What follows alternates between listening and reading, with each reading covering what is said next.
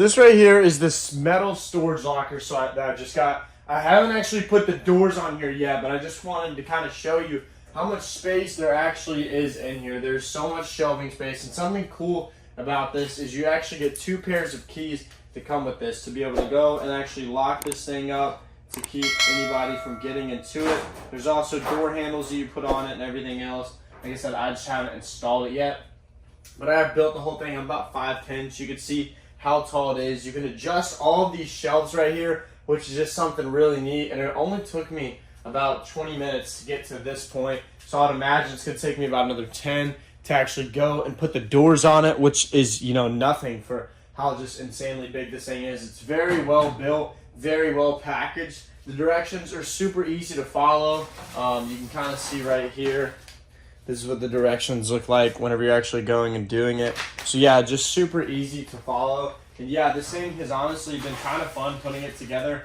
I'm just pumped up on how much storage space I have in here and how much I can actually go and maneuver this thing around and change all the shelves up. I can even take shelves out of here if I want to, and, you know, just like put, you know, I don't even know. The possibilities are limitless here. So yeah, I'm definitely a huge fan of this metal storage locker so far.